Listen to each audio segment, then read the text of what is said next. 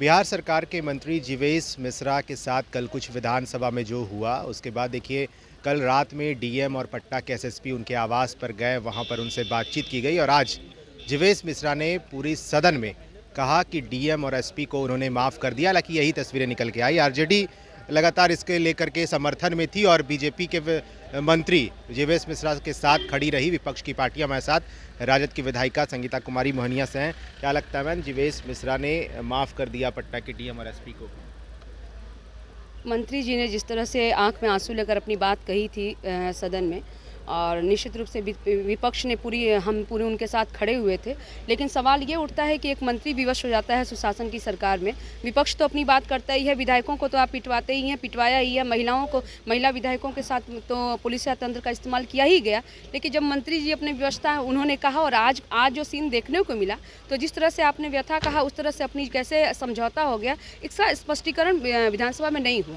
लेकिन एक बात ज़रूर कहा कि उन अधिकारियों ने कहा है कि हम पे कार्रवाई करेंगे।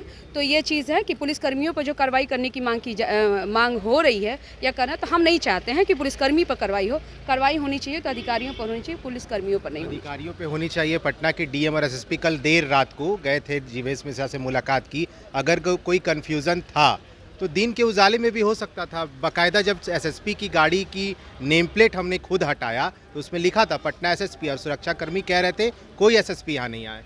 अगर मंत्री जी की इतनी सहानुभूति थी तो सदन में ये बात रखनी ही नहीं चाहिए थी। क्योंकि मंत्री जी ने बात सदन में रखी तो जवाब सदन में इनको देना ही चाहिए था। और ये ऐसी बात नहीं हो सकती कि आप अंधेरे में गुफ्तगू करके समझौता कर लें। क्योंकि बात पटल में थी तो पटल में ही बात होनी चाहिए। क्या समझौता हुआ, क्या हुआ, तो ये क्लियर नहीं हुआ। लेकिन ये सब मैनेज हो गया।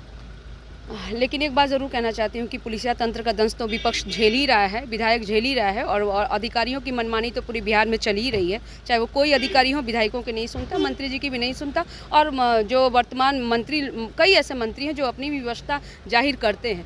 तो ये लोकतंत्र की परंपरा के लिए भी सही नहीं है। और सुशासन की सरकार है, जनप्रतिनिधियों की कहीं कोई इज्जत नहीं है, एक विधायक की अधिकारी नहीं सुनते हैं। तो ये ऐसा क्यों है? और बार बार अफसरशाही की बात माननीय मुख्यमंत्री जी पर लगता है। तो कहीं ना कहीं ये बातें हैं, क्योंकि सत्ता पक्ष के लोग भी इसकी आवाज़ उठा रहे हैं, विपक्ष तो इसकी बात करता ही है। इस सरकार में अफसरों की चलती है, विधायकों की नहीं। आखिरी सवाल, विधानसभा के शीतकालीन सत्र का आज आखिरी दिन था, सारी बातें सदन में हो गई?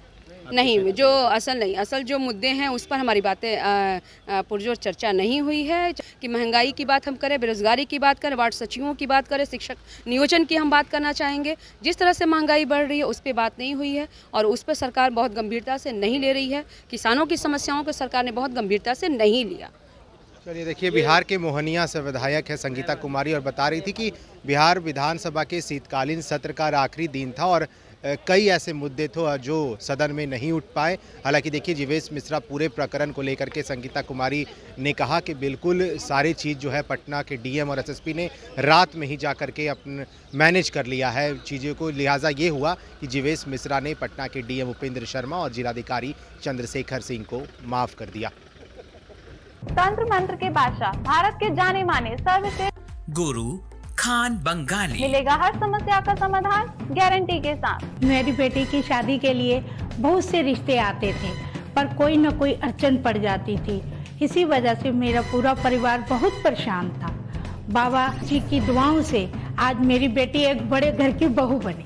भटको चाहे जहां, काम होगा सिर्फ यहाँ। गृह कलेश, कर्ज मुक्ति, प्रेम विवाह, जादू टोना, पति पत्नी में अनबन, सौतन या दुश्मन से छुटकारा, विदेश यात्रा में रुकावट, फिल्मों में प्रवेश और कोर्ट कचहरी जैसी समस्याओं का समाधान।